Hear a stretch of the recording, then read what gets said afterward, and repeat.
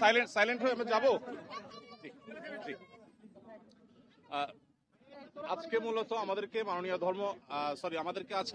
মাননীয় প্রধান উপদেষ্টা ডেকেছেন। তার ডাকে আজকে বিভিন্ন ধর্মের নেতৃত্বশীল ব্যক্তিবর্গ তারা এসেছেন এবং দেশের বিভিন্ন প্রান্ত থেকে সবাই আজকে সমবেত হয়েছেন। আমরা বাংলাদেশের মানুষ কেমন আছি, বিশেষ করে আমাদের অন্য ধর্মাবলম্বী যারা আছেন মুসলিম ছাড়া, তারা কেমন আছেন, তারা তাদের সেই অবস্থা ব্যক্ত করেছেন। তো আমরা লক্ষ্য করেছি যে এখানে আমাদের মধ্যে আলহামদুলিল্লাহ চমৎকার ধর্মীয় সম্প্রীতি বজায় আছে। সেটিকে সামনে আরো কিভাবে ভালোভাবে ধরে রাখা যায় সেজন্য আজকে আমরা কথা বলেছি, সবাই মন খুলে সবাই যার যার মতামত ব্যক্ত করেছেন। মাননীয় প্রধান উপদেষ্টা মহোদয় তিনি আমাদের কথাগুলো খুব মনোযোগ দিয়ে শুনেছেন এবং তিনি বলেছেন যে একটি সুন্দর সম্প্রীতির বাংলাদেশ, যে বাংলাদেশে কোনো ভয় থাকবে না, সেটি গড়বার জন্য তারা কাজ করছেন।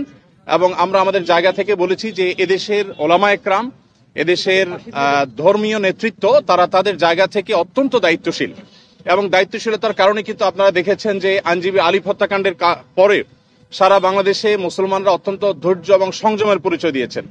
বিগত সরকারের শেষের দিকে আপনারা দেখেছেন ফরিদপুরে দুইজন মসজিদের নির্মাণ শ্রমিককে অত্যন্ত নির্মমভাবে অন্য ধর্মাবলম্বীরা হত্যা করার পরও গোটা দেশের মুসলমানরা অত্যন্ত সংযমের পরিচয় দিয়েছেন। আমরা এটিকে যেমন সাধুবাদ জানিয়েছি, ঠিক তেমনি ভাবে এটিকে ধরে রাখবার জন্য সংগ্রাম চালাচ্ছি।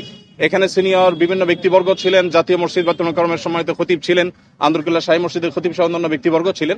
প্রত্যেকেই একই সুরে কথা বলেছেন যে আমরা সম্প্রীতির বাংলাদেশ গড়ে তুলতে চাই। বাংলাদেশের মানুষ যেভাবে ধর্মীয় সম্প্রীতির উজ্জ্বল উদাহরণ তৈরি করেছে, এটা পৃথিবীতে আসলেই বিরল। কোনো প্রপাগান্ডায় যেন আমরা কেউ কোনোভাবে পা না দিই এবং আমরা যেন সবাই ঐক্যবদ্ধ থাকি, সেজন্য সবাই এখানে কথা বলেছেন। মুসলিমরা ছাড়াও অন্য ধর্মাবলম্বী যে সমস্ত নেতৃবর্গ ছিলেন তারাও কথা বলেছেন। তো আমরা আশা করছি যে একটা সম্প্রীতির বাংলাদেশ যেটি ইতিমধ্যে আলহামদুলিল্লাহ আছে, সেটিকে আরো ভালো জায়গা আমরা নিয়ে যেতে পারবো এবং পৃথিবীর কাছে উজ্জ্বল উদাহরণ হিসেবে আমরা দাঁড় করাতে পারবো। এখানে প্রত্যেকে যার যার জায়গা থেকে চেষ্টা করেছেন এই কথা বলার জন্য যে আমরা শান্তি সম্প্রীতি রক্ষা করবার জন্য কাজ করছি। আমরা 5 আগস্টে লাইভে এসে প্রত্যেকে যার যার জায়গা থেকে আমরা সবাই কিন্তু মানুষকে সজাগ থাকার, সতর্ক থাকার এবং সংযমী থাকার, ধৈর্যশীল থাকার জন্য আমরা আহ্বান করেছি। এবং আলিফ হত্যাকাণ্ডের পরও আমরা প্রত্যেকে যার যার জায়গা থেকে মানুষকে সংযমী থাকার আহ্বান করেছি। ইসলাম আমাদেরকে অন্য ধর্মাবলম্বীর ব্যাপারে যথেষ্ট দায়িত্বশীল আচরণ করতে বলে। আমাদের প্রিয় নবী সাল্লাল্লাহু আলাইহি ওয়াসাল্লাম আমাদেরকে মানুষ হিসাবে অন্য ধর্মাবলম্বীদেরকে মর্যাদা দিতে শিখিয়েছে এবং সেই শিক্ষা ধারণ করবার কারণে বাংলাদেশের মানুষের মধ্যে সাম্প্রদায়িক সম্প্রীতি তৈরি হয়েছে। আমরা আমাদের আশেপাশের বিভিন্ন জায়গা থেকে সাম্প্রদায়িক সম্প্রীতির যে নাসিহা শুনে থাকি, উপদেশ শুনে থাকি, সেই সমস্ত জায়গায় যখন দেখি যে সংখ্যালঘুরা নির্যাতিত হচ্ছে, আঘাতপ্রাপ্ত হচ্ছে এবং দলে দলে তাদের উপাসনাগুলো ভাঙা হচ্ছে, আমার মনে হয় সেই জায়গাটাতে আমাদের মনোযোগ দেওয়া দরকার। আমাদের দেশে সংখ্যালঘু ভাইরা তারা নিরাপদ আছেন, আজ নিরাপদ থাকবেন, তাদেরকে নিরাপদ রাখবার জন্য আমাদের সরকার যেমন কাজ করছে, ধর্মীয় নেতৃত্ব তারা তাদের জায়গা থেকে কাজ করছেন। তো আমরা মূলত এই বার্তাটা মাননীয় প্রধান উপদেষ্টা মহোদয়কে আমরা দেওয়ার চেষ্টা করেছি যে আমাদের জায়গা থেকে আমরা ঐক্যবদ্ধ আছি, ঐক্যবদ্ধ আমরা থাকবো। আমাদের হিন্দু, মুসলিম, খ্রিস্টান, বৌদ্ধ সবাই ভাই ভাই হয়ে আমরা এই মাটিতে আমাদের প্রিয় দেশকে এগিয়ে নিয়ে যেতে চাই। সেই জায়গা থেকে আমাদের মধ্যে কোনো প্রকার ফাটল নেই, আমাদের মধ্যে কোনো বিভেদ নেই। বিভেদ এবং ফাটল যারা দেখাবার চেষ্টা করছে তাদের সে মিথ্যা প্রপাগান্ডা যেন বিশ্ববাসী বিভ্রান্ত না হয়, আমাদের দেশে মানুষ যেন বিভ্রান্ত না হয়, আমরা সেই বার্তাটি মূলত আজকে দেওয়ার চেষ্টা করছি। ধন্যবাদ।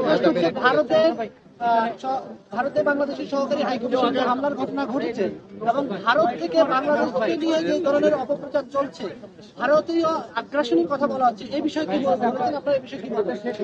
এই বিষয়ে আমার পাশে আব্দুল্লাহ বিন আব্দুর রাজ্জাক আছেন, উনি ওনার বক্তব্যে বলেছেন, আরো বক্তারা বলেছেন, ভারতে বিশেষ করে আমাদের সেখানে যে সমস্ত সংখ্যালঘু নির্যাতন হচ্ছে আর সেখানে যে সমস্ত সহিংস ঘটনা ঘটছে, যেমন এই যে উপ হাই কমিশনারের হামলার কথা আপনি বলেছেন, এগুলোর কারণে আসলে আমাদের কথা বলা দরকার। আমাদের রাষ্ট্রীয়ভাবে মাননীয় প্রধান উপদেষ্টা মহোদয়কে বলা হয়েছে যে তিনি যেন তার জায়গা থেকে, সরকার জায়গা থেকে কথাগুলো বলেন।